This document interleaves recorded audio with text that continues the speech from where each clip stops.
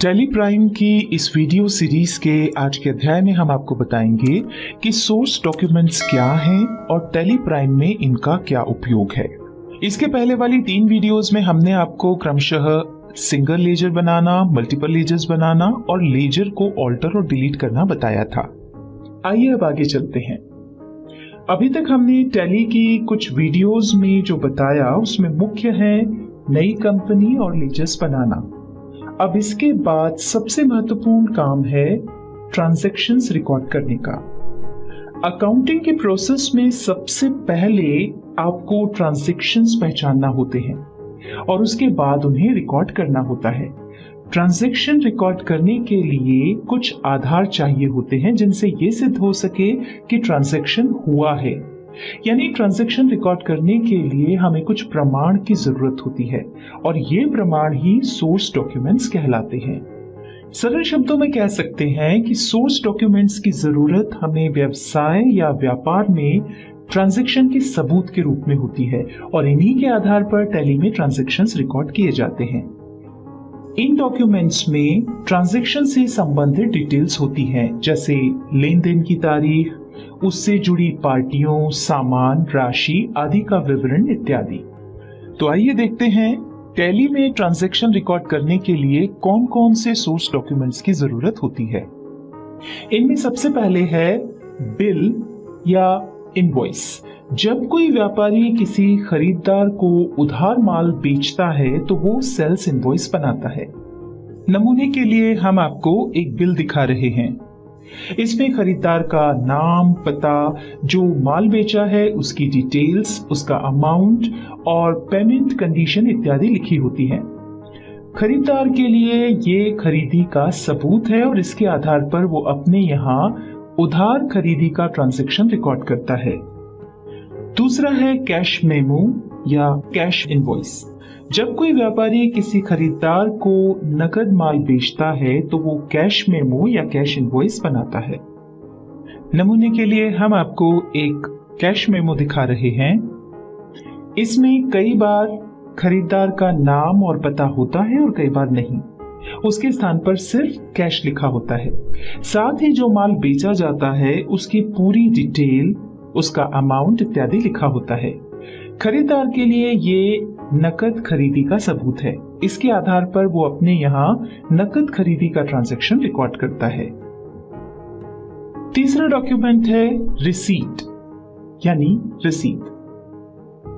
जब कोई खरीदार उधार माल खरीदता है और फिर बाद में उस माल का भुगतान करता है, तब भुगतान प्राप्त करने वाला यानी सप्लायर उसे एक रसीद देता है जिसमें रसीद की तारीख, खरीदार की डिटेल्स, अमाउंट और वो पेमेंट किस संदर्भ में प्राप्त हुआ है उसकी डिटेल्स होती हैं। नमूने के लिए हम आपको एक रसीद दिखा रहे हैं। खरीदार के लिए ये रसीद भुगतान किया गया है इसका सबूत है और वो इसके आधार पर अपने यहां पेमेंट का ट्रांजैक्शन रिकॉर्ड करता है। अगला डॉक्यूमेंट है चेक। जब कोई खरीदार उधार माल खरीदता है और वो उस माल का भुगतान बैंक के चेक द्वारा करता है तो इस चेक की डिटेल्स के आधार पर इस ट्रांजैक्शन को खरीदार और सप्लायर दोनों अपनी पुस्तकों में रिकॉर्ड करते हैं। चेक से जो भी लेन देन होता है वो बैंक के माध्यम से होता है और बैंक स्टेटमेंट में उस चेक का विवरण देखा जा सकता है।